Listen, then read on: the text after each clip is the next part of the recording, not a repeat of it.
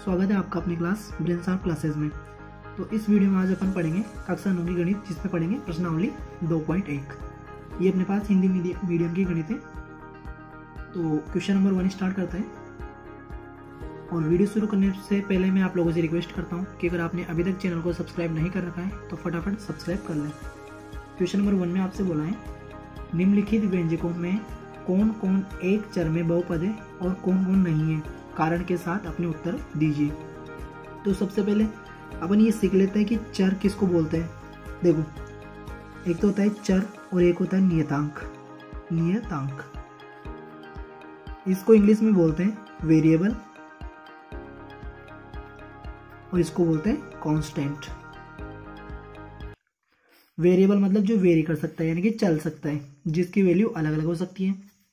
इसकी value fix रहेगी। जैसे मैंने आपसे कहा कि 2, 3 और 4, तो ये 2 की 2 ही रहेगा, 3 3 रहेगा और 4 4 ही रहेगा। लेकिन मैंने लिख दिया कि x, तो x की वैल्यू कुछ भी हो सकती है, y, z, ठीक है, t, ये सब क्या होते हैं, चर होते हैं। तो क्वेश्चन नंबर 1 करने से पहले सबसे पहले सीख लेते हैं कि हम जो चैप्टर पढ़ रहे हैं उसका नाम क्या है, बहुपद है। ठीक है, तो पहले ये देख लेते हैं कि बहुपद बोलते किसको है। तो बहुपद किसको बोलते हैं। देखो, बहुपद जब बोलेंगे अपन किसी भी नंबर को या फिर किसी भी जो अपने को क्वेश्चन दे रखा है उसमें बहुपद कब बोलेंगे, दो कंडीशन सेटिस्फाई होनी चाहिए। पहली क्या, कि जो अपने पास x, y, z ये जो भी पावर आएगी वो किस में होनी चाहिए, पॉजिटिव होनी चाहिए। तो यहाँ लिख देंगे घात जो होगी अपने पास, घात पॉजिटिव मतलब प्लस की घात होनी चाहिए। और जो दूसरी बात है उसके अंदर घात जो है वो होल नंबर मतलब कि पूर्ण संख्या होनी चाहिए। अगर ये दोनों कंडीशन सेटिस्फाई होती है तो अपन बोलेंगे कि एक बहुपद है, अन्यथा फिर नहीं है। ठीक है, तो क्वेश्चन नंबर 1 का फर्स्ट पार्ट चेक करते हैं। इसमें आपको बोला है 4x² माइनस 3x प्लस 7। अब देखो, सबसे पहले चेक करते हैं कि घात प्लस में है या नहीं है। तो यहाँ घात आ रही है 2 जो प्लस में है, यहाँ घात आ रही है 1 जो भी क्या है प्लस में। अब होल नंबर यानी कि पूर्ण संख्या कहाँ से स्टार्ट होती है, 0 से। 0 से लेकर के कहाँ तक होती है, इनफाइनाइट यानी कि अनंत तक।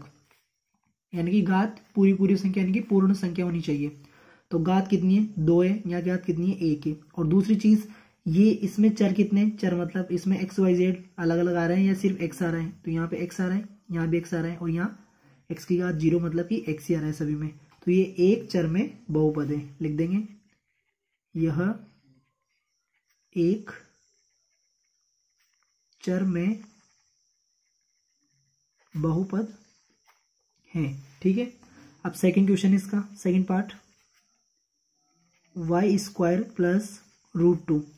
तो यहां देखेंगे y की घात कितनी है, 2 है, जो क्या है प्लस भी है और पूर्ण संख्या भी है। ठीक है ना, दोनों कंडीशन सेटिस्फाई हो रही है, तो ये बहुपद तो है। अब इसमें एक चर है या दो चर है, तो यहाँ पे सिर्फ एक ही चर आ रहा है, मतलब y² ही आ रहा है सिर्फ। तो ये क्या है, बहुपद भी है और किस में है, ये लिख देंगे यह एक चर में बहुपद है। ठीक है ना, थर्ड पार्ट इसका 3√t प्लस t√2।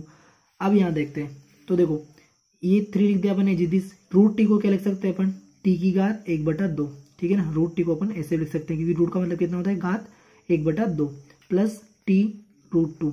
तो यहाँ पर अपन देखते हैं कि t की जो घात है वो कितनी आ गई, 1/2 आ गई है। ठीक है, जो कि पूर्ण संख्या में नहीं आती है। तो ये क्या है, अपने पास बहुपद नहीं है।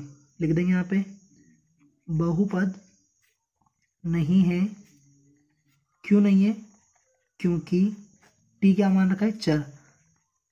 चर की घात देखो प्लस तो है लेकिन पूर्ण संख्या नहीं है, घात पूर्ण संख्या नहीं है। पूर्ण संख्या नहीं है तो फिर वो क्या नहीं होगा, बहुपद नहीं होगा। ठीक है, अब इसका फोर्थ पार्ट है y प्लस 2/y।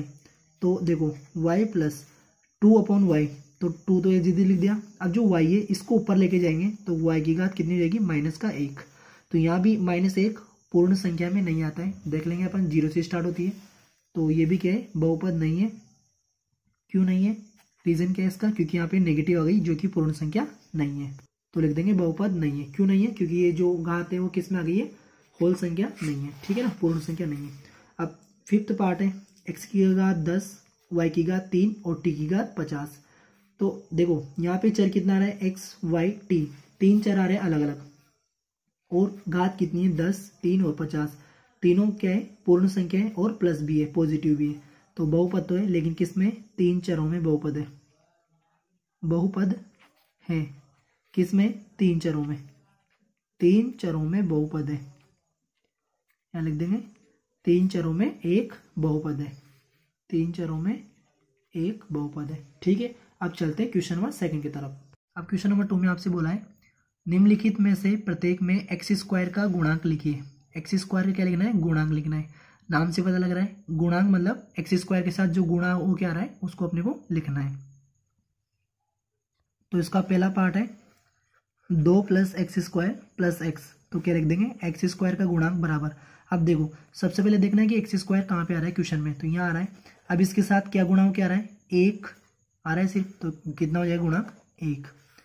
दूसरा पार्ट है 2 minus x square plus x की घात 3, तो एक्स स्क्वायर के साथ कितना हो, क्या आ रहा है गुणा, माइनस का एक, तो यहाँ लिख देंगे माइनस का एक answer. Pi by 2 x square plus x, अब एक्स स्क्वायर का गुणांक देखना है, तो एक्स स्क्वायर यहाँ है, इसके साथ क्या गुणा हो, क्या आ रहा है, पाई बाई 2, तो इसका आंसर कितना हो जाएगा, पाई बाई 2।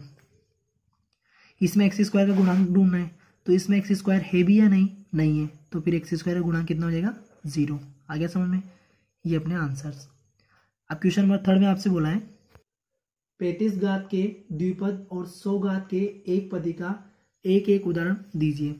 तो 35 घात के द्विपद का उदाहरण लिखना है, ठीक है ना, कोई सा भी लिख सकते हैं अपनी इच्छा से, सिर्फ दो पद होने चाहिए, द्विपद मतलब सिर्फ उसमें दो पद होने चाहिए। तो मैंने लिख दिया प्लस का 4 और ये लिख दिया x 3x की घात 35, तो 35 घात हो गई, ठीक है, और दो पद हो गए, एक और एक दो।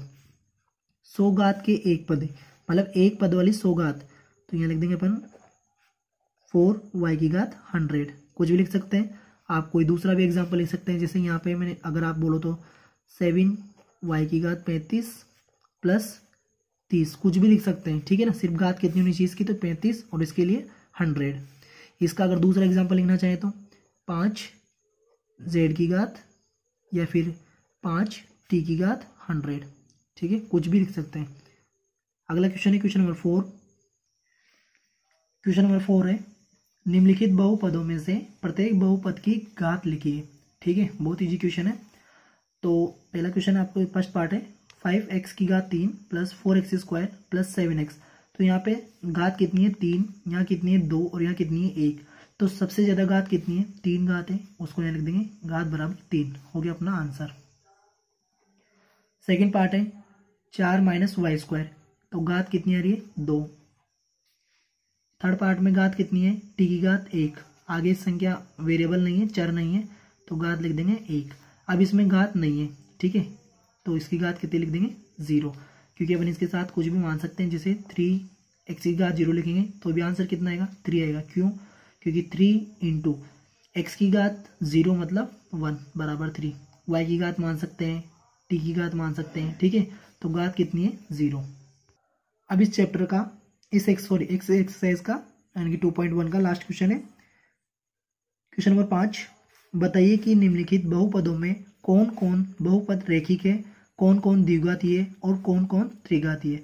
तो सबसे पहले रेखिक, द्विघात और त्रिघाती बहुपद किसको कहते हैं ये समझ लेते हैं। देखो नाम से पता लग रहा है त्रिघाती, द्विघाती और रेखिक, मतलब जिसकी एक घात होगी उसको बोलेंगे रेखिक, जिसकी दो घात होगी उसको बोलेंगे द्विघाती, और जिसकी 3 घात होगी उसको बोलेंगे त्रिघाती, ठीक है। ये मैंने यहाँ पे लिख दिया, आप इसको नोट कर लेना। एक घात वाले को बोलेंगे रेखिक, दो घात वाले को द्विघाती और 3 घात वाले को त्रिघाती। तो यहाँ पे कितनी घात है, 2 घात है, तो उसको क्या बोलेंगे द्विघाती बहुपद। ये कितनी घात है 3, तो इसको बोलेंगे त्रिघाती। इसमें घात है 2, ठीक है, तो क्या बोलेंगे इसको भी द्विघाती बहुपद। इसमें घात है 1, तो इसको बोलेंगे रेखिक बहुपद। इसमें भी एक घात है तो इसको बोलेंगे रेखिक, 2 घात है तो फिर द्विघाती, 3 घात है तो फिर त्रिघाती। तो आई होप आपको वीडियो अच्छी लगी होगी, और अच्छी लगी है तो चैनल को सब्सक्राइब और वीडियो को लाइक शेयर जरूर कर देना। मिलते हैं नेक्स्ट वीडियो में। Thanks for watching.